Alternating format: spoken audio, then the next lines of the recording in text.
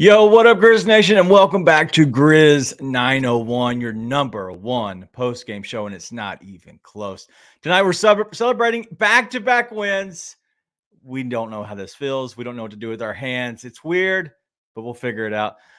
Tonight, we had a late kind of cancellation. So, unfortunately for you all, we don't have Nate. But fortunately for you all, we do have Paris Sharkey here, so he will join me very shortly. But tonight, the Grizzlies win 111-101. Another great game out of Goon, the shooter's number one man, and that is Jaren Jackson Jr. So we're going to get into that. We're going to talk with Paris about a little bit of the team and how they played, and kind of recap the game just overall. But then in the second segment, we're going to ask a little bit of the Grizz trivia, as we always do. But we're going to get into a little bit more about the Marc Gasol doc, but also I want to kind of just discuss some other things that might be surrounding the Grizzlies. We want to pick some brain a little bit while we're around here. We don't want to let these guys come in here and not share their actual thoughts. So without that being said, let's go ahead and get to the show. What's this?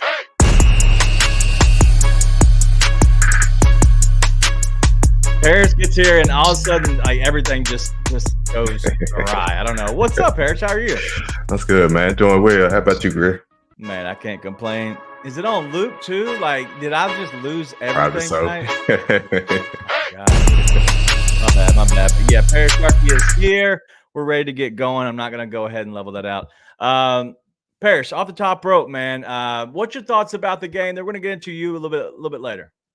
Yeah, we owned the Milwaukee Bucks. Hey, we owned them. We swept them with 2-0. So, hey, no, great win. 4-0 on the season. 4-0 we have a five game winning streak against the Bucks. Crazy. Wow. But yeah, Jaren Jackson back-to-back. He had 40 points against Detroit Monday. I think he had 30. I don't remember what he ended up with. I know it's past 30 tonight. Brandon Clark will get 35. Yep. Also with this 75 points combined last two games. Yep. And Brandon Clark back third straight game, double-digit points. Yep. Gave some really good minutes. G.G. Jackson with a clutch basket down the stretch. Just great team win, 2-game winning streak. Yeah, appreciate that. It's a nice shirt. Yep. So, yeah, really good performance. I'm glad to see it. Milwaukee looking, they looking very flawed. I don't know where I'm looking for. Very flowish, yeah. Looking very flawed out there. So, of course, they're missing Dame Lillard, but hey, you see our injury report. We in. Listen, if Jaren can win with what's surrounding him, then Giannis can win what's surrounding him. I don't listen. Anybody can say what they want, but it doesn't matter. The number one thing is we can say this is a DG victory show. This doesn't happen. Nate's not here. That's the reason. Nate's not here. So screw you, Nate. Nobody likes you. Everybody likes me. And honestly, you're the worst part of the show. All right, we got that out of the way. All right. But Parrish, a little bit about you. Let's get into you for a second, because I know you've been on Anthony Sain's show just kind of as a regular. I don't know if you're a guest anymore, if you're a part of the show anymore. We don't know what you are. So anyway, you're live with Sain some days not. So give the people a little bit, because Sain goes live, the Anthony Sain show live every Wednesday and Friday at noon. So what's your part into the Anthony Sain show? Yeah, so basically, I guess you say a recurring guest, or really somewhat part of the show, because I'm on there every Wednesday. So we've been on it since November, I believe. So pretty much this entire season, I've been just every Wednesday I'm on the show, except one Wednesday when I was on a cruise. That was probably the only exception. But that's my dealings with that. I was also kind of helping when Kenny may have been out. I was like a co-producer as well. So been heavily involved with Sain since he started the show last May, or since when I was first came on as a guest on his third episode last May. Yep, no doubt. And so the other thing that you're doing as well is you're going to the games and getting the behind the scenes and getting into the locker room a little bit and getting a lot of the reactions, the instant reactions from the guys. With that, is that new to you just overall? With the Grizzlies, yes. Okay. And really specifically the locker room, yes. But back in 2018, Penny Hardaway's first year, I covered the Memphis Tigers for iHeartMedia. on just podcasting and going to the games, press conferences, media availabilities. But in those, we didn't go to the locker room. It was more just the press conference. Penny came in, a couple of players. Okay. Before the season started, I did get to talk like the big hoopla with. I got to talk to Alex Lomax, Tyler Harris that year and stuff throughout this season. But really actually going inside the locker room and specifically with the Grizzlies, this was my first year being able to cover them and actually go into the locker room and talk to the players. I like it. All right, last question about you.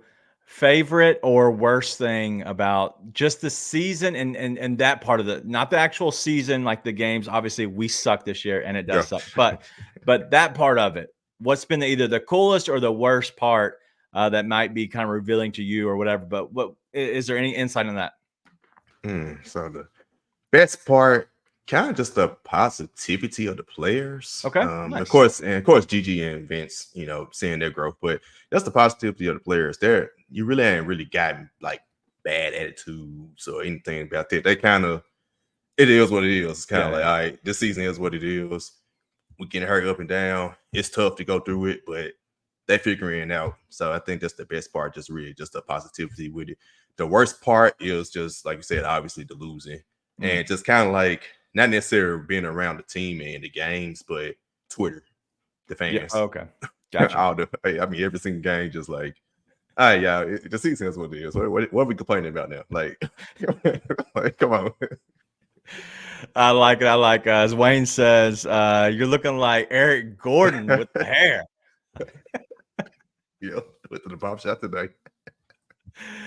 Man, got straightened up. Man, look at that. Looking good. All right, let's get to the game. The Grizzlies do win 111-101. It was a great game overall. You hit on a lot of the players that we talked about, but also, a lot of the guys who kind of stepped up. I do have somebody on this team that played tonight is the actual answer of Grizz trivia tonight. So make sure you put that in the back of your mind.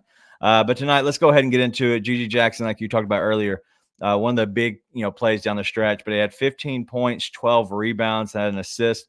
I think last game, I believe he had 4 assists, which was a high point into his season. Back to normal with the 1 assist. He doesn't pass it much. But 2 of 6 from deep.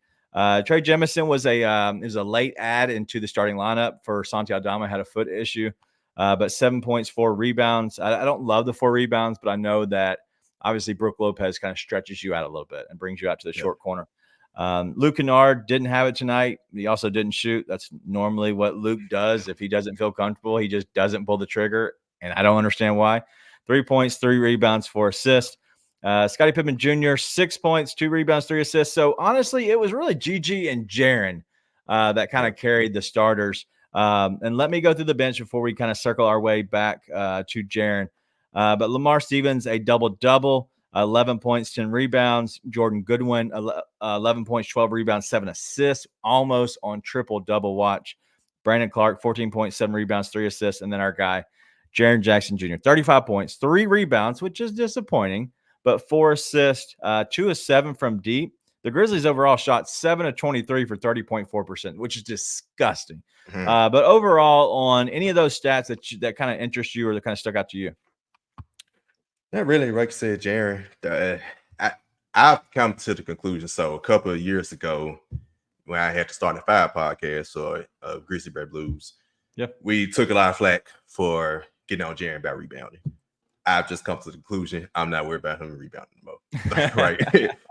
He's just not a rebounder, right? And it goes back, and we're gonna talk about the Mark documentary later. His rebounds were a little lower than we wanted it to be, right? It just is what it is. He's not a rebounder, but he does. Let's focus on things he does well, right? And 3 rebounds is like, you look at it like, he had 35 points for 3 rebounds. Like, but hey, he had 35 points. So hey, that's my biggest takeaway. Like, let's stop being worried about the rebounds. He just ain't. Yeah, and I think that's what you kind of have to be. I guess you have to settle in and say, hey, you know what? Honestly, it is what it is. Like, he's not going to be a dominant rebounder. And at that point, you have to accept it and say, all right, if we're going to accept his offensive skills, but also his defensive skills, which he is very much top tier in both when he wants to be, you have to accept the flaws of a player, just like you would accept the flaws of a relationship, right? Can you accept it? Can you get married to that person because of their flaws? Are they too bad or too good? We're married to Jaren at this point. I feel like we need to just accept his flaws and move on. I know Gunnar Shooter doesn't want to go there, but I promise you, I'm going to accept Jaren's flaws.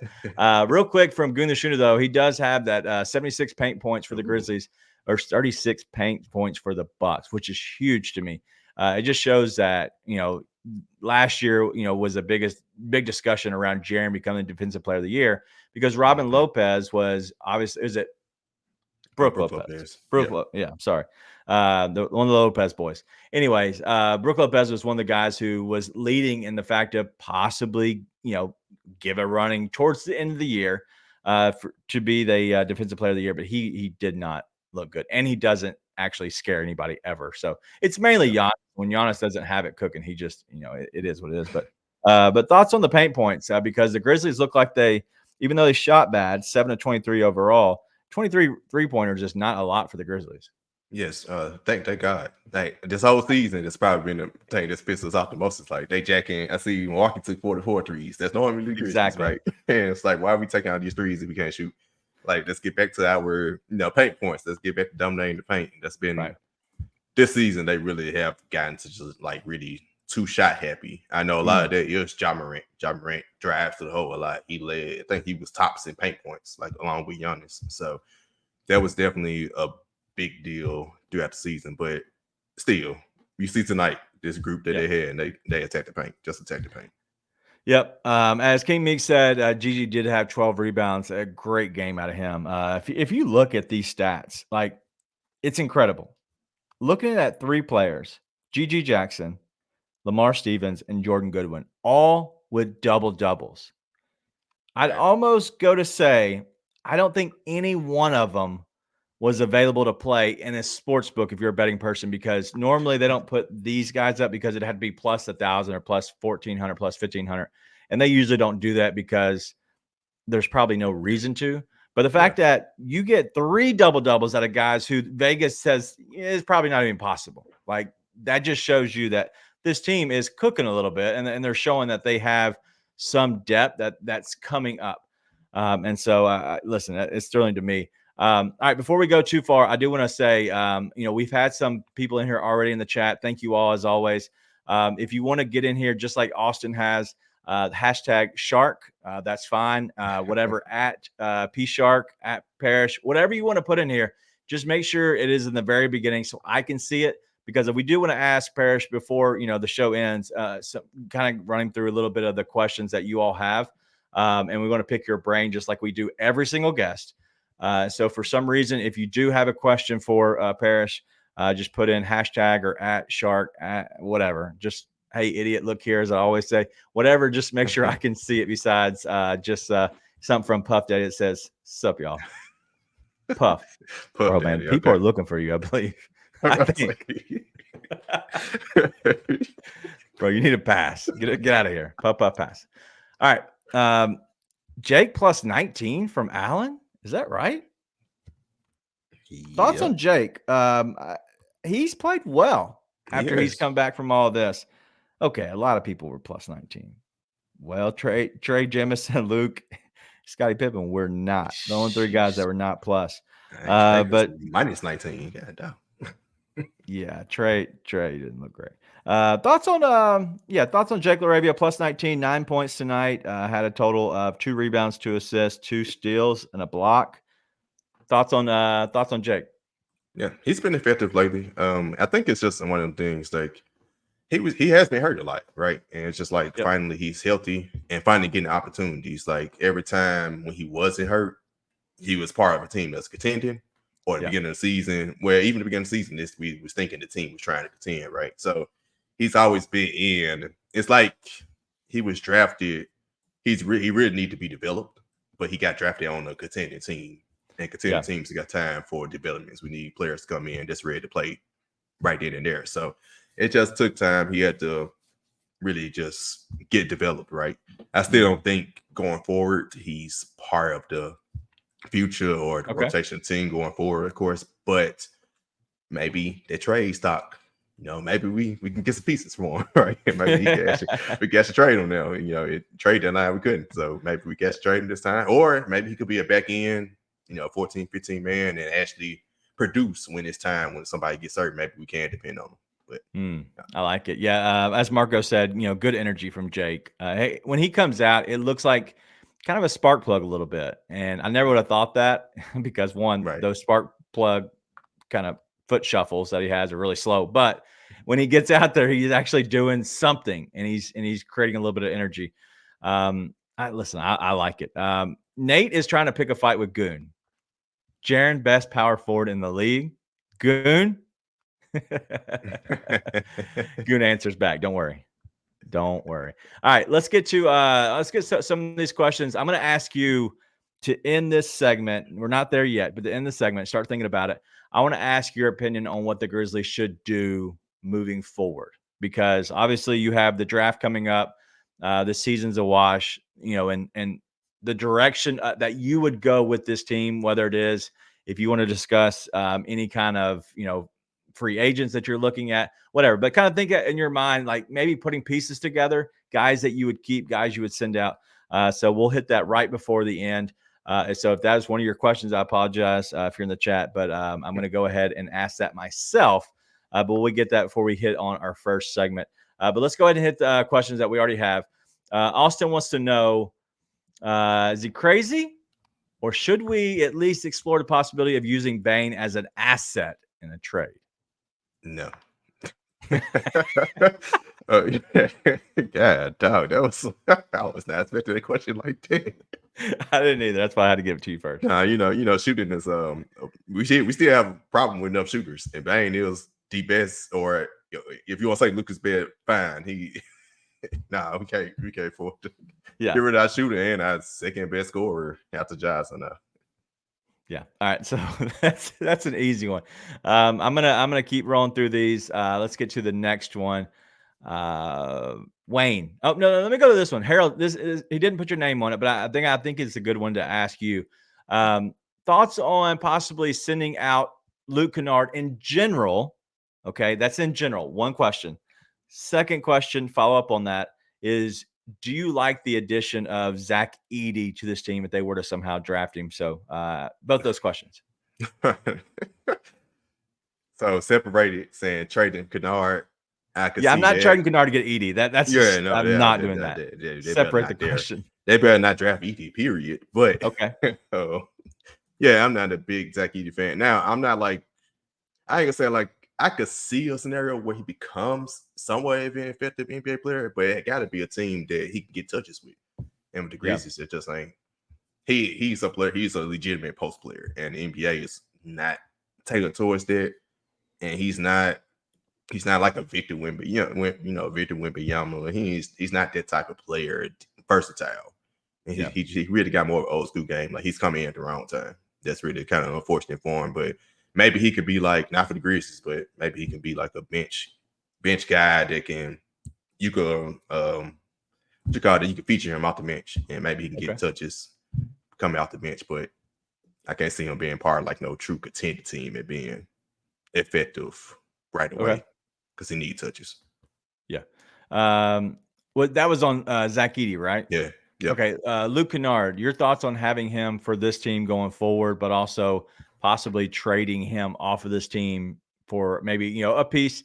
No reason to mention the piece because whatever they're going to do, right? But moving off of him to bring back something. Either or, it don't really matter. I think, like I said, he affects the team because he can shoot. And that's still our second out the center. Our next need is still shooting, right? And if you let him go, you still going to need more shooting. So I think Luke Kennard to me is definitely effective for the team going forward. Trading him also, I understand he has his contract. He would be expired as long as they opt in. He would be an expiring deal. So depending on you bring back, as long as you bring back a true 3-and-D player, sure. If you're trading for a center, you better make sure you get a shooter somewhere. Draft in a trade, like we still need shooting, so it's still gonna come down to we still need more shooting. But with Kennard, I know Zach Kleiman. I did go to his presser after the trade deadline. He sounded like Luke Kennard was part of their plan going forward, but information changes. Yeah. As Alan says, trade that, man. Let me get some insight to it real quick. And I forgot to put the score up. Last show, I literally said I was going to have it, all the time, and I forgot right away. What I'll say about Luke is Luke's shooting is special in a sense of, one, if he doesn't have to be the featured guy, he shoots more because usually he's open, right? And he's the guy who you kick it out to. And that's the type of player he is. Like you put him in the box, that's his box. Like he's not great defensively, but he's a guy that stretches the floor, but is also a guy who you can't ask much more out of it besides maybe a dribble or two, get to a short, corner, maybe get to the free throw line extended area. And, he'll knock down a shot other than a three-pointer, but you're not looking for more than that. But that's kind of okay when you have your best players, okay? Exactly. So all of that, just kind of putting him in that box, that's fine. The other thing is, if you were to somehow he doesn't, the Grizzlies opt in and grab, the 1-year deal, or let's say they decline the option and sign him to a 2-year deal, whatever. No matter those options, the Grizzlies, if they still have him on the team, it's a good thing. The reason is because let's say the Grizzlies are playing well and they need to add a piece because they just see something's not working, something's not clicking. You can always trade Luke Kennard. You can always trade a shooter at any point during the season. Okay. So just know that if that makes you feel better, whether you think it doesn't work or what, I think in the end, I think you have an asset and he is an asset. So that's what I'll sum up with Luke is I like Luke in a sense, but I also think he doesn't take enough shots. I think that when he gets the ball, he needs to have a quick trigger, and he does. He just sometimes doesn't feel it. I don't know if it's the flow of the game. I don't know if he's just unsure of himself, but that's the issue in a sense. All right, let's go ahead and get to a few more of these. Man, y'all are rolling it up. So y'all love Parrish over here. All right, let's keep getting to it. Wayne wants to ask a question. This is a personal question. What sparks your hoops or Grizz love? They're moving to Memphis. And which is so a little thing about me. I grew up a Bulls fan. My whole family is like Chicago Bulls fans, the Jordan era. When I grew up and started watching basketball, it was like Jordan's last year. So I really was a Bulls fan, even when they were bad. So I was kind of like a dual Bulls Grizzlies fan until Jimmy Butler became my favorite player, and they traded Jimmy Butler. And that's when it was like, okay, I'm straight Grizzlies now, Grizzlies fan, and I'm supporting Jimmy. So somewhat Miami Heat fan when like this year, okay, I'm going for Miami throughout the playoffs, of course, because the Grizzlies ain't playing. But when they play against each other, I'm Memphis. And even when I was a Chicago fan, I was still torn.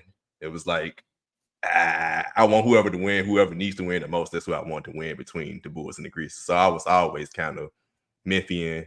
They came to Memphis, just kind of, love the Grizzlies just for coming to Memphis. Yep, I like it. All right, this is real quick. Titans fan?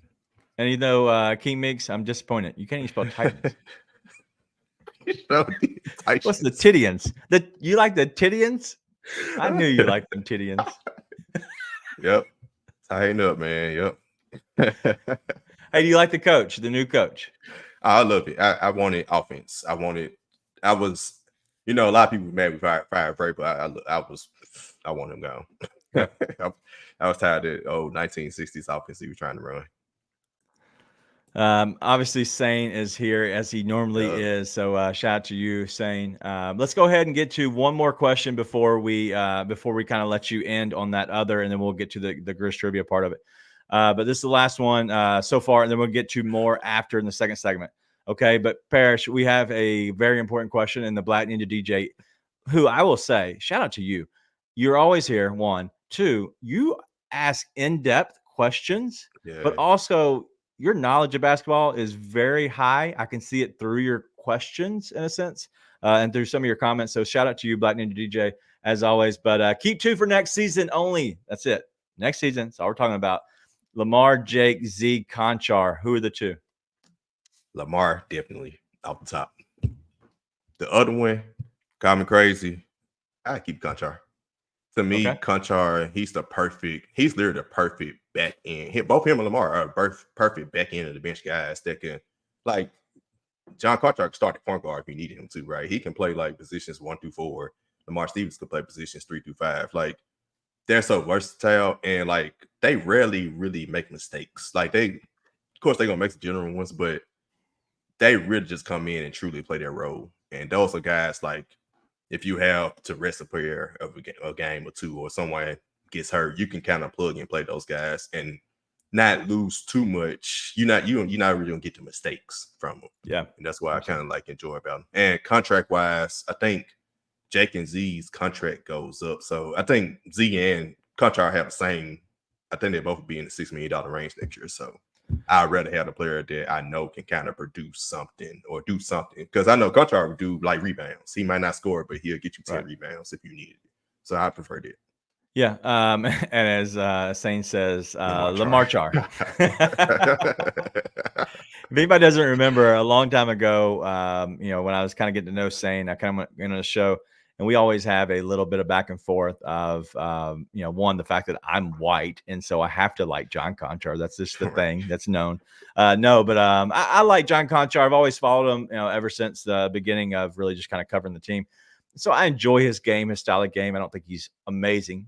Anyway, and so I sent, I brought a shirt. It was a Grizz 901 shirt. On the back of it, I made it a Sane Char number 46, one of one. There's no other ones.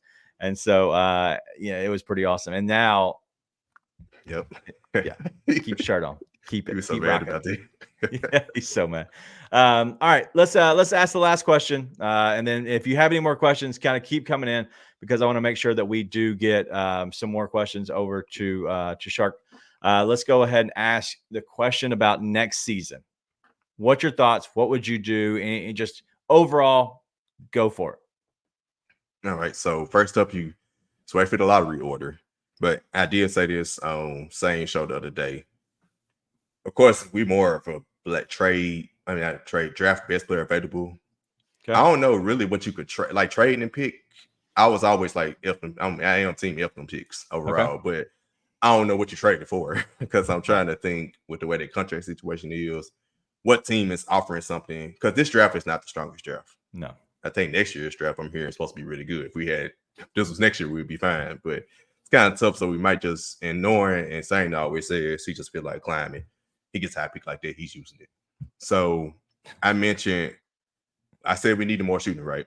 If we don't like none of them centers, I know Donovan Cleveland starting to get some shine right now. Yeah, I like them too as well. I'm fine with taking Dalton Connect. You can't never have too many wings. Okay. You can never have too many wings, and I know he can shoot. Like I said, he's what they wanted Jake LaRavia to be. I know he can shoot, right? And I wouldn't mind if they take him, right? But also, if they take Clingan, I wouldn't be mad.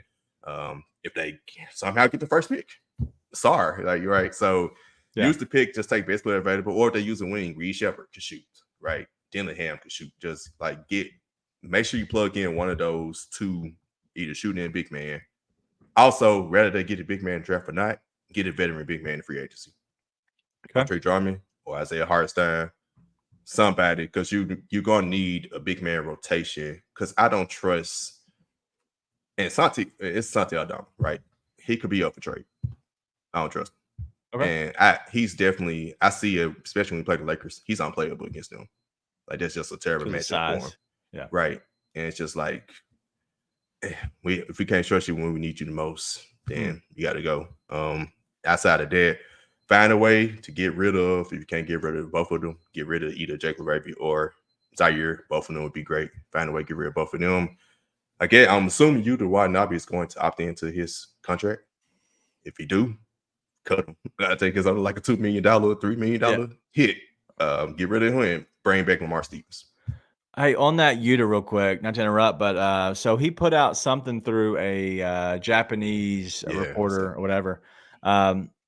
My thoughts are, and I've always said this, I think it would be best for him, is if he actually went overseas, whether it was Japan or what another league, it would probably help him personally, it sounds like, because I don't know if y'all have seen or heard anything about it, but it looked like he was coming back from injury. I think it was a wrist injury at one point, and he was on the, he was listed as out, and then he became either doubtful or questionable with that wrist injury, and then he never played, and then went out immediately, either that game or next game. He was on the injury report for personal reasons, and then ever since then he's been out for personal reasons or a wrist, either or. I'm not sure if they change it up, if they just flip the coin and just decide which one it is.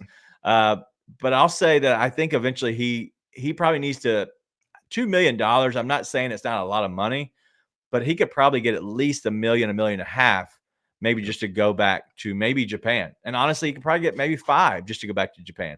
So I think the smartest thing with him would be go back, in my opinion. But I do like your idea. If for some reason he does opt in, you cut him and then you move on from him. Just eat the $2 million, even though they do need the salary cap. Like they need not as much on there, but it is what it is. All right. Anything else that you have on that? Nope, that's pretty much it. Like I said, if they can bring back Lamar, great. Get you a veteran big man. Even if you get a rookie big man, that's a great combo to have. Brandon Clark is looking great coming back, so you got the front court solidified in this scenario. And find a way. If you get the shooter in the draft, that's fine too. You got you another shooter, and then that does make Luke Kennard more expensive if that could happen. But you can never have too much shooting either. So yeah, I like it. All right, real quick before we kind of move on, I want to say first, thank you all for kind of coming in here and hanging out. Streetcars of Memphis is our sponsor of the chat. So make sure if you have any kind of modification needs whatsoever, whether it is just from simple things like a oil change, or if you need them to kind of look under the hood at something that you have going on, go check out Streetcars of Memphis. From lift kits, wheels, and tires, they can modify them all. Use the code Grizz101 to receive 55 regular oil change or a 65 for a full synthetic. There's huge savings taking place down at Streetcars of Memphis. It is in the heart of Memphis. I believe it's right off of Jackson. But go ahead and check them out online at 901scm.com, or you can call them at 901-323-3332. Schedule your oil change and maintenance or customization service today. We don't have a name just yet for all of you knuckleheads in the chat, but we're trying. I keep pushing Bluff City Brood. Your thoughts on that? Bluff City Brood. We're trying to think of a family, like some way to reference the chat. Bluff City Brood. Like, so if I wanted to say, hey, thank you, Brood, or whatever. Listen, that's not the favorite. We're just trying to figure out a name. It's anything not the worst. Yeah, it's not the worst, but not the worst. It's like you could think of something. Grizzly Gangsters. Grizzly Gangsters. I know why. Hey, he acting like some gangsters.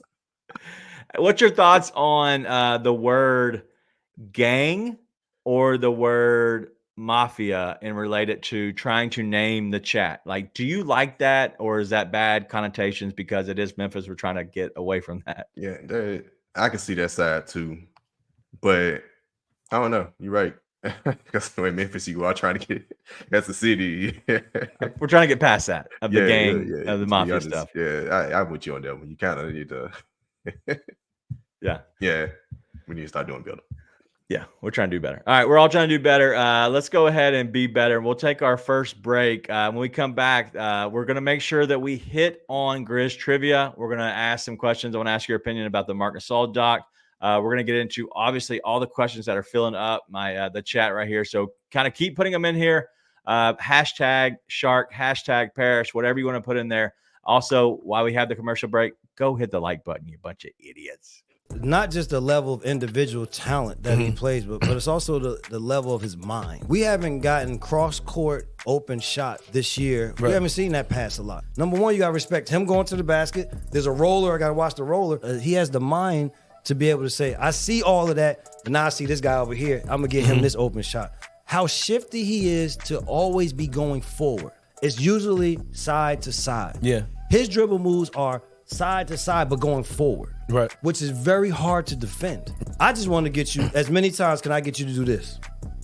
But for him, it's not here. It is here, which is with are his moves to get down the floor. It's awkward for a defender to try to catch a cadence. You dribble.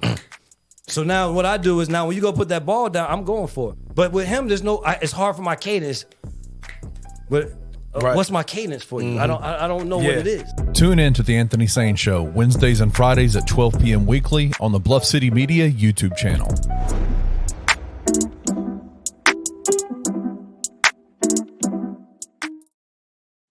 What's up, Grizz Nation? We are Grizz 901, your final stop after a Grizzlies game, the post-game show. I'm Daniel. That is Parrish Sharkey coming in here tonight as a kind of a guest host helping us out. We are going to be without Nate. He was obviously going to be on the show like normal tonight, but he did have something pop up with somebody kind of coming in town and wanted to kind of take the time and spend some time with them. And so obviously, Parrish is so generous to come on here and hang out with us. We have not done a show together. So it's also, it's awesome having you on here. But next show, we're going to have David. Is it Mick Williams or David Williams from, do you know David? Yeah, David Williams. Is it Mick Williams? No, it's just Williams. Okay. Yeah. David Williams from Sports Ethos Grizzlies. Yep. So he's going to be on here with me Friday. And then I believe it's the 9th. I don't have a schedule in front of me. The 9th is we're going to have Francis Carlotta. That is I think that's a Wednesday. And then the last one, I have not actually filled the last show just yet. So we're trying to get some different people as we finish up the season.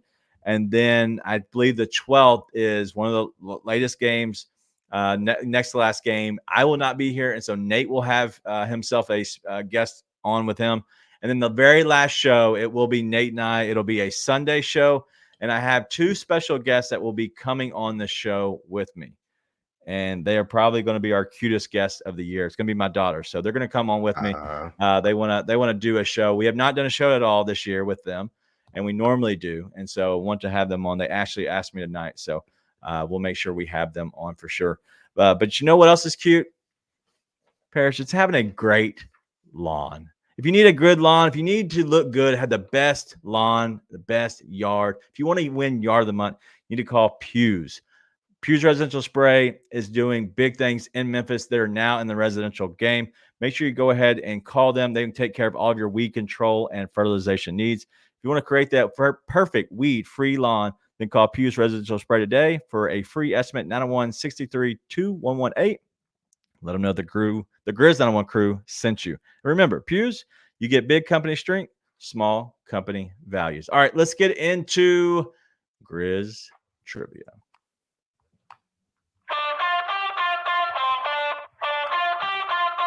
I think it's going to play for a second. That's broken. All right. Nathan is terrible at this. I hope you're Bettis. I cannot talk to him. Better. Hey, I won a couple months ago. Is that? Oh yeah, you did. I forgot about that. In the chat. Yep. I love it. All right, let's get into some Grizz trivia. So, we're gonna go with a minimum of just 10 games because there's been a lot of players that have actually played this year, at least 10 games. The Grizzlies have obviously had the most players ever play, and it's been 31 this season. And so let's just go with a minimum games played of 10. Parrish, who actually has the highest rebound average on the team? And chat, if you know this, feel free to answer. Hopefully, Parrish won't cheat. I won't tell him if anybody gets it right. Watch it be somebody like Santi Aldama.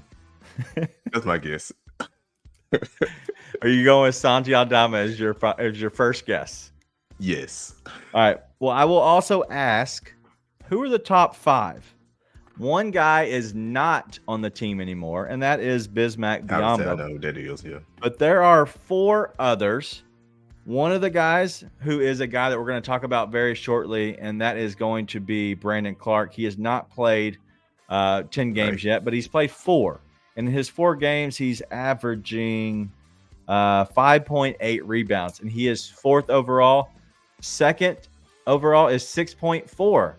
Second is 6.4. Bismack Biyombo. He obviously played 10 plus. I have not told you who is the top 5 or the first overall. Santi Aldama is 3rd. Santi has 5.8. So I've given you 3 of the 5. If you were to try to figure out the last 2, it is not Santi Aldama. He is 3rd. The 1st and the 5th. And let me just spoil it a little bit. John Morant is 6th. But he didn't even play. Yeah, he didn't play. He was 9, yeah. It's crazy. Hey. 2 guys. I want to throw. I'm going to guess Vince Williams. Vince Williams Jr. is on that, and he is fifth. You Fifth. still have not got the first. First. Who could be first on this team? If you'd like to know where Jaren Jackson Jr. is, he has 5.5 on the season. I saw this the other day. No, it wasn't him. Some people have suggested Lamar Stevens. Lamar Stevens has a lot of games where he does not rebound, but he is a very good rebounder. Tonight, he did a very good job. 4.8 on the season. I guess it's either I'm left with Bane or Gigi. There's one guy you're missing. It's just right in your face. It should be right in your face tonight. It's either Bane or Gigi.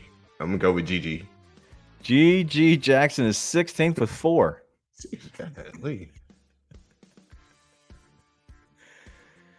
We have had some people get this so far, and it has been, as I kind of propped him up earlier, Black Ninja GJ has hit on it. Somebody else, King Meeks as well, the same answer. And Smooth Southpaw, he's always very knowledgeable, answered it.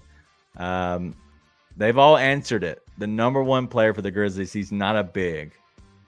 He's actually a small. Jordan Goodwin. He has the most rebounds on the team. He do be rebounding. 6.8 rebounds on this team. Does that shocks me? A player that might not be on the team next year. And that's kind of why I wanted to bring that, is because he literally might not even be on the team. He's on a two-way, correct? But I'm pretty sure. So yeah, they still have him on two-way, but he's not signed for next year at all. Only Scottie Pippen Jr. and Trey Jemison. Yeah, so those two are on the two-way. He is on a two-way right now, but he is not actually set up for next year. So that just shows me, if you looked at the first two, it makes me laugh. Jordan Goodwin is first, Bismack Biyombo is second. And then you had a guy who you literally said, I'm cool with trading, is Santi Aldama, and he is third at 5.8. It's laughable. It's also, as Austin said, it's sad. But it just goes to show, like, there has to be rebounding as a focus this year, whether it's in the offseason, whenever they're planning on doing it, it has to be that. So thoughts on that? Does that blow your mind? Yeah, definitely. And what's crazy is I know Goodwin be rebounding, but not at that level. Right. You might have thought he would lead the team. Yeah. He's only had 12. He's 12 games. And so I want to make it 10. So it wasn't so obvious if I said 12. But yeah, he's pretty good. So I have another one. You know what? I'll say this one for Nate. I'm curious about a question because I haven't even dug into it to find out the actual stats. But there's something with just the games overall that I want to ask about how they affect the games just themselves. So we're going to ask that next time, me and Nate. Maybe I'll say that one for the very last game of the year because it'll actually be the perfect stat for that. All right, let's get into two things. First, I want to ask, First, I want to ask about your thoughts on Brandon Clark because he's not obviously came back here and he's looking great. And then we're going to follow it up with the Marc Gasol doc. But rebounding, we've needed it. And obviously, Brandon Clark has come back and he's been very, crucial to this team. The short jumpers are there and everything. But just a little bit about Brandon Clark on your thoughts on him overall. Man, he's looked good. I finally got a chance. When players are hurt, you don't get a chance to talk to them, ask some questions at all. So finally got a chance to meet him and talk to him after his first game back against the Lakers. He was very, very good spirits. Glad to be back. Of course, I'm glad to be back. I remember Zach Kleiman was mentioning he might make a cameo appearance. He's making a little bit more than a cameo appearance. Right. He might make it to 10 games, maybe. Right. Yes, he might make it. So he's been doing he's really looked good. The main thing was, like, to me, mental, right? Getting past the mental part. And he seems to he's jumping like he normally would. He did mention when we did talk to him after his first game, he did say, with that type of injury, he understands.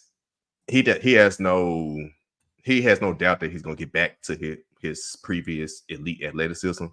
But he also knows it's probably going to take, he said it only takes about 2 years for your back all the way. And he said to himself, so he was like, I know I'm not going to be fully back to where I was to probably this time next year, but he feels really good. And you see it. He looks confident. He's still jumping. And one time I know as fans, and I did it today, he had like one jump, he hit the layup, had the foul, and one and fell down. And he just kind of stood there for a second, like, oh no. And he got up, kind of like he was limping a little bit. I was like, oh no. But he got up, looked well. And I think the main mental aspect for him is he tore his Achilles at the free throw line where he missed the free throw and tried to run up. And I've been leery on like how he shoots free throws, where he attempt to try and jump and get the rebound after a missed free throw anymore, because that's actually how he tore it. But I never really doubted that he'll probably get back to some form of himself. And seeing him back, his form looks like his rookie year. And I would never forget that play-in game against Portland. He hit 5 threes in that game. And after that, his three-point shooting just been, he had the little hitch in his shot coming back his sophomore year. I was like, what happened? I saw him shooting threes his rookie year. So seeing him hit the 3 the other night and seeing his form look back to his rookie year form, it's like, okay, he's been working on it. No, BC has been amazing. And as Wayne says, there's been nothing worse this season than watching, get those chippy putbacks. BC has kind of eliminated, some of those second chance points. And that's crucial. You're talking about kind of, you play good defense for, let's say, 22 or so seconds of the 24-second shot clock. And you're just, you're dead and you're playing, really good on a string defense. And then all of a sudden the ball comes off and it's just like just an easy putback. It's deflating as a team defensively. And so it has been helpful, but also his offense is little, in the lane, just kind of a little midi, man. It's so good. And his energy, as Black New DJ saying, is, the energy and rebounding, it has been great. That hitch, my God, that's disgusting. Like when you see that hitch, you're like, please just whoever did that to you, like dead. Because his form is fine his rookie year. I was like, what happened? Also, going back to the first night he came back, Gigi, we asked Gigi about playing with him, right? And he was like, he played 2K, and he thought he was slow because 2K the guy is rated slow. He had got a chance to play with him. He's like, he was faster than I thought. Dude, Gigi's a national treasure. That kid just is special. All right, let's get to the Marc Gasol doc, because everybody loves the midi from BC for sure, but everybody also loves the Marc Gasol documentary, and it has been awesome. I finally watched all of it, so I can finally speak on all of it. But just overall, just kind of on the surface, is there anything that you just loved, hated, or it brought back memories? Just give me your thoughts on it. Ooh, great documentary. A lot to unpack. Yep. We learned some things we didn't know. Yeah. I mean, we all knew Chris Wallace was trash, but knowing that Pau Gasol didn't really demand a trade, he just wanted to play with his brother. He even offered to take part of his salary. He did. Then you'd say, hey, I convince y'all Mark is good. He come in and have a good rookie year, but then you contradict yourself and draft a sheet to beat. But you believe him, right? Like, and, that stuff won't add it up. But hey, that was Chris Wallace era. It is what it is. We're past it. But as Mark himself, man, it kind of reminded you like he was legit. May have been arguably the best center in the NBA at one point, maybe a year or two. That he won Defensive Player of the Year. He started an All-Star game against his brother. And just great memories. We knew he was moody. Right.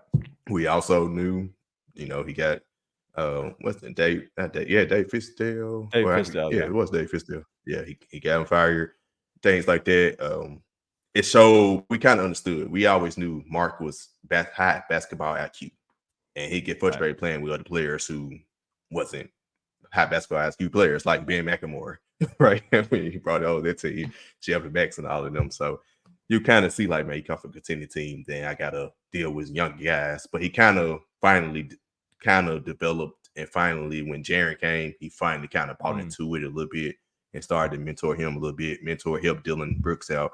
So it was very good just to see like he grew up in Memphis, right? So not grew up in Memphis, but he'd been here since as a teenager, right? Came over as a teenager. So he literally is like a son of the city and played for the city. He really wanted to win the ring bad for the city, even imagined them winning and being around a whole block party, then getting gritty grind imprint inside his actual championship ring. Yep. So it was awesome. And another thing I took from him, I said on the same show yesterday, It feels like he chose Mike Conley over Kyle Lowry, right? He also ended up winning a championship with Kyle Lowry. Exactly.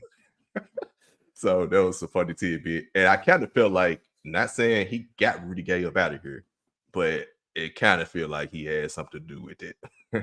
Yeah. When he was talking about selfish players and stuff. Yep. It felt like that. I feel like he had a big voice in what happened, like a lot of times, and moves being made. And obviously, Gasol was like that because he was a superstar that we all knew, but he also did not fit the city. He didn't fit the team that was being put around him. You know, a lot of those front office back in the day, like that, they were not ran very well. So Yeah. I understand his frustration and everything. But that trade was probably one of the worst trades ever. Even though it did bring back Marc Gasol, the fact that we literally could have had Marc Gasol, the problem is I don't know if he would have been good enough in time for Powell to leave. Right. I'm sorry, Yeah. for Powell would have had to have somehow. left before then. Yeah. So there's no way they could have played together. I don't think. I think it would have taken some time, but yeah. Either way, I love the doc because it did give us a different side of Mark. It showed us a little bit of him and his authenticity. And I don't think you got that in the years. Like you said, he was moody.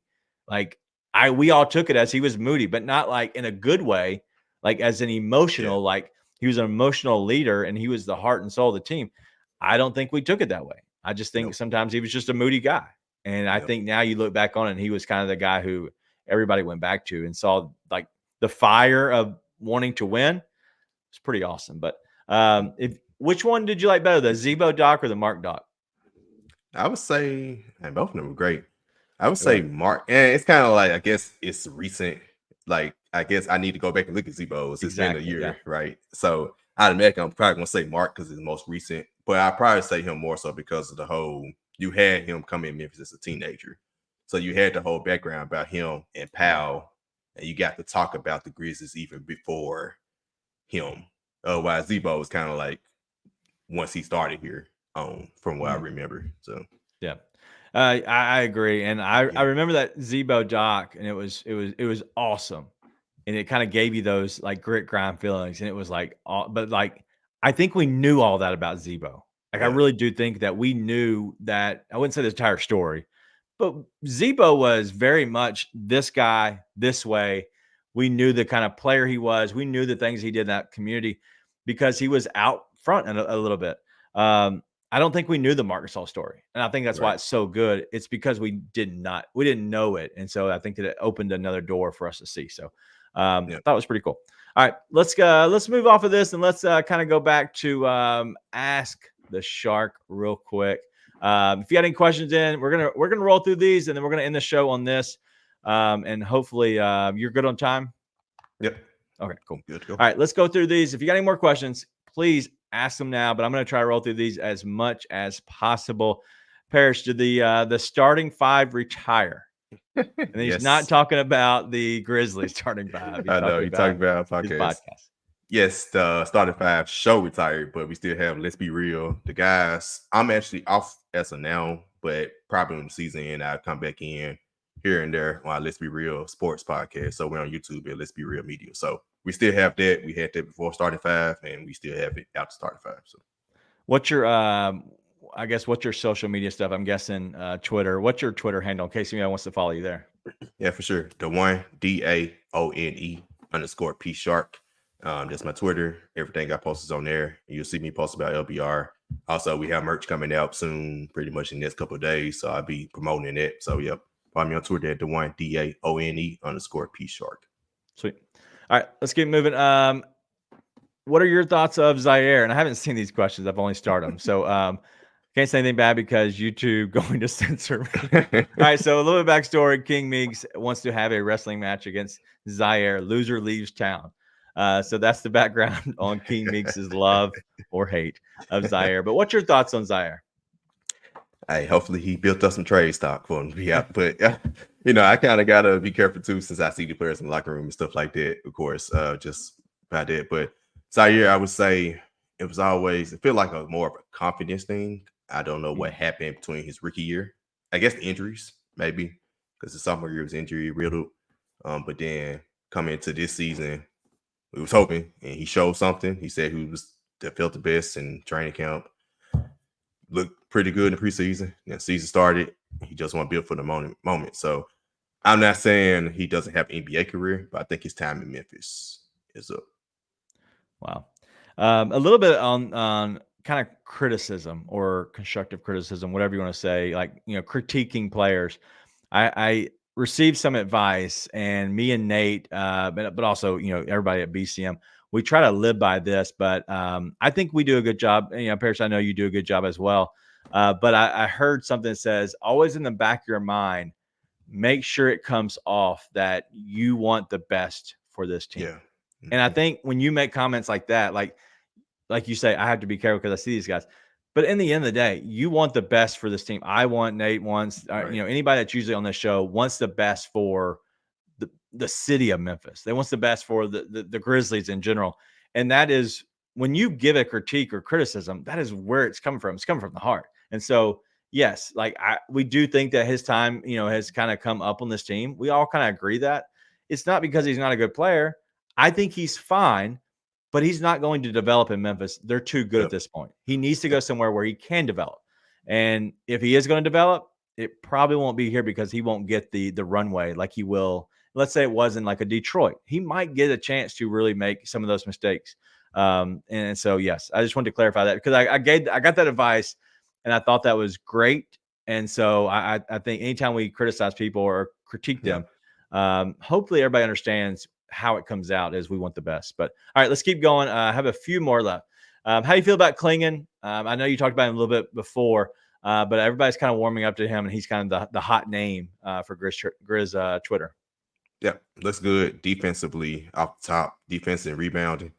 You got it. He's switchable on defense, at least on the college level. NBA, we'll see how switchable he could be, but I'm not gonna say he's Steven Adams clone, but he looks pretty good in that regard. Now the screening, you probably gonna ever get a Steven Adams screener ever again. He's strongest dude in the NBA, so but Clingan's probably the closest you can get to him, like just in that form of he doesn't need the ball, and you need a player like that because you got Ja, you got Bane, you got Jaren, you got Gigi, Smart, Vince, Luke. Yeah, you're gonna need somebody that just need to do all the dirty work. Yeah. Speaking of Gigi, do they try to use Gigi as a primary playmaker for the summer league? We've seen this in the past for Bane. We also saw it for, I believe it was it Zaire at one point? Zaire, yes. But also Vince Williams was a little bit more a ball handler. And so there's obviously always that. So is it Jas Bell? Bell? Whatever. I don't know. Whatever. So thoughts on Gigi as primary playmaker for the summer? I would probably say expect to see that. They have made comments. I know we asked like Derrick Rose back a while back about Gigi and his ball handling being developed, and they were just saying, "Hey, you got to do it, right?" And just saying, "Hey, sometimes he'll be telling him, like, man, get your scary ass out there, dribble the ball, bro." So they go. I'm pretty sure they're gonna try, utilize that part of his game because right now that's probably his true weakness: ball handling and setting others up for assists. So, all right, I don't know who's putting these out there, but Bluff City Media, whoever's saying this, right? Jess Bell is definitely the best looking dude in the chat. Whoever is running it is pretty funny. But going back to the Clingan thing, Lightning DJ saying, his versatility on defense, foot quickness, touch on the basket has been obviously, very good. All right. Wayne Hunt. These are the last two questions we got. Keep in mind the amount of opportunity this season. Who's the most disappointing player on the roster? And I don't know a way you can frame that is you can say disappointment, but like somebody you had big expectations for that just did not just capture that. It goes back to Zaire Williams. Okay. Pretty much. Because he was because it's got to be between him and Jake in that sense. And he was the highest drafted between the two, right? Yeah. I can understand missing on Jake. Missing Zaire was big. You traded up for him. You could have had Trey Murphy potentially. Now you did get Steve Adams making a deal for JV, and that kind of helped unlock Ja, of course. But ultimately, Steve Adams just got traded, right? So Zaire is still remaining. Trey Murphy is still in New Orleans, and you still need more shooting. That was it. You had to shooting. So Zaire has been the most disappointing. But I also can So, I think Zaire was more, and the Grizzlies try to develop players to what they want them to be in their scheme. But Zaire seemed like he's more of a mid-range guy, and the Grizzlies don't take mid-range shots at all. So no, it has been very disappointing for sure with Zaire. It's also been with Jake. Jake's kind of given a little bit more as of later, but in the end of the day, I think Zaire has to be your answer there, unfortunately. But you know what else is not disappointing? That's Heaven's Healthy Kitchen, and that is a grassroots business that was started right here in Memphis. Chef Smith is always here in the chat, but he's also here promoting healthy eating and wellness. If you're also looking to cook at home, go ahead and get the cookbook right off of Amazon. You can download it today. Actually spoke with Chef Smith today, and so he told me a little bit more about the pop-up. So let me share with you the pop-up. All right, this has kind of changed a little bit, but it is April the 7th. It's going to start at noon, and it's going to go until for a couple hours. So make sure you get it in by the 10th. I'm sorry, by the 5th. April the 5th is the last time you can actually see. You have 2 days. Next show, I'm going to do the same thing. I'm going to just make sure you all put in your orders. But the chicken savior sandwich with potato wedges is $13. Vegan oxtail plate, $15. Red beans and rice plate is $12. And then the alkaline lemonade with chlorophyll, $7. These are all plant-based. There's also peach cobbler, St. Lucian sea moss gel, gold. It says $25, 16 ounce. Anyway, pre-order by April the 5th. It's that easy. Nothing crazy. There's no, whatever I can tell you. Just go over to orderhhk.com. The next pop-up is on the 7th. You have to order it by the 5th, so make sure you pre-order it. But you can go check them out at orderhhk.com. You can see it all for yourself. But they've been serving and catering plant-based and vegan gourmet foods straight to you. I've tried it all. It is delicious. All right. So I see the chat. Where do you need to go to the pop-up? All right, pop-up, to answer your question, King Meeks, go to orderhhk.com. The actual place, I believe, it's a house. It's 2874 Seams Street. Isn't that right? Semmes. Seamus Street? Seems. I always say Seems. So, yeah. Seems, that's what I thought. The peach cobbler, though, bro, I'm telling you. Speaking of Heaven's Healthy Kitchen, he's always here. Listen, so shout out to you. But yes, if you're here, order by April 5th, especially for the sea moss. All right, last question. We'll get you out of here. This is about Taylor Jenkins. This has been obviously a topic of conversation with everybody. And so I want to end on this one. And as always, Black Ninja DJ is coming in here with a lot of hard-hitting questions. Really good coach, but the rotations obviously have been an issue. The defensive coverages kind of been concerning, even though, even in a bad season, the Grizzlies are still rated very high in their defense. But just overall thoughts on Jenkins, maybe what you would expect next year, kind of just overall. Yeah, I guess my thoughts, and he really hasn't changed anything on my thoughts of him. So when we had a starting five last year, I think I made a statement literally a year ago. I was like, he's not the coach when it's time for us to win the championship. Because my hope is he proves me wrong, of course. Like, I want my team to succeed, of course. Right. So, yeah, prove me wrong because he doesn't make adjustments when you need him to. He makes it late, like in the playoff series, for instance. He won't make a in-game adjustment. He'll make it a game later. Well, we're down 3-1. It's too late. My point, like, we need to right now. Like, you need to try and win game 4 so we can get down 2-2. So it's just those things that he just, and it's like this season, it's injury. And I know I'm the type of guy that's like, sure, I don't believe in him to win a championship, but I also don't believe he should get fired right now. Like, you could get fired for this season. Yeah. Yes. Yeah. Like, come on now. So I understand that. And even like next year, I could say, okay, the team starts off struggling, maybe, but I think he probably do deserve a shot to try and figure it out because he's a really good regular season coach from what he showed us. It's more so the playoff time. And like you said, when we was talking about the offense where it's, spread out and shoot threes. And it's like, well, we ain't got the team to shoot. Yeah. Make some type of adjustment. Like the mid-range game didn't win anywhere. Pump fake, get to the mid-range. Like, let's do something a little different. But I'm not going to act like he's a bad coach. He's a good coach. He's not a great coach. And you might need a great coach to put you over the top. Okay. Question on that. Speaking about Taylor Jenkins here is, I think the concept is fine. Like if you want to have the spread it out and shoot the 3-pointers, the reason you would do that is because of spacing, right? And so then what you have is you have somebody that can attack the front of the rim. Yep. You have that. You have probably one of the best guys who can off the dribble attack the front of the rim. So the concept is great. I think having guys that can stretch the floor, knock down 3-pointers. You now have had guys like Vince Williams, who has shown that he can actually make those. He's not as of recent, but also now he's injured. And so we don't know, maybe if that was, something. But when he was he's playing before he got that contract, and even after he got the contract, he was knocking down a lot of threes. Yep. GG Jackson. I was like, that's not right. GG Jackson has the short corner. It's the highest percent on the team. Like he knocks down the short corner three. You also have guys like Desmond Bane. You also have guys like Luke Kennard. But also Jaren has shot well. Santi has shot well when he's not actually a high usage player. So the concept makes complete sense.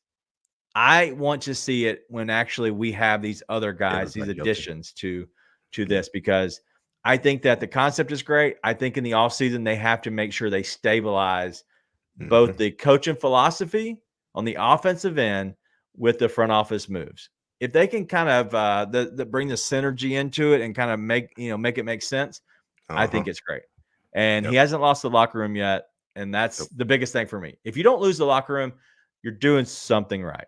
And so I just like you, I think next year you easily get through the year, get through the playoffs. And at that point, you might have kind of moved on from him if the moves are not coming so fast. But overall, I think Taylor Jenkins has been a good coach, and I think he's been a great regular season coach for sure. Yep. Sure. All right. Anything else that you have that you want to hit on before we get out here? We're obviously over our time, way over, but everybody has the questions. I want to make sure we got them to you. So anything else you have? No, man. Appreciate you having me on. Great questions. I've enjoyed covering the actual going to the games and being media covering team this season. So looking forward to next year covering a winning team. And that's the great thing is this year has been so great. Obviously with Bluff City Media just in general, but obviously with Grizz 901, that it's crazy that we've had a great season and, really just, growing the brand overall, whether it's us or, Bluff City Media. The fact that it's been such a terrible season and we're still growing the brand, next year is going to be exciting for sure. So I'm excited. I hope all of you will make sure you're always here with us. We'll make sure we have David Williams will be here Friday night. He is a guy who digs and digs and digs into the draft. I promise you. Bring any draft questions. He will have a lot on it. You can go, we always try to promote everybody. So make sure you do go listen to Parrish on I guess today's episode. Today's Wednesday. So today's episode you're on with Anthony Sane. It came out, so you can go tap that up if you want to make sure you want to still get some more Grizzly stuff before we get out of here. But that's all we have. Tonight's been great. Parrish, can't thank you enough for kind of coming on. We'll have to do this again maybe next year when we don't suck so bad. Could pull up after the game. Exactly. All right, well, that's all we got. Make sure you're on the way out, hit the like button, share, rate, review, whatever you got to do. Always support us. We support you all as always. But that's all we got. Be nice and tell your friends.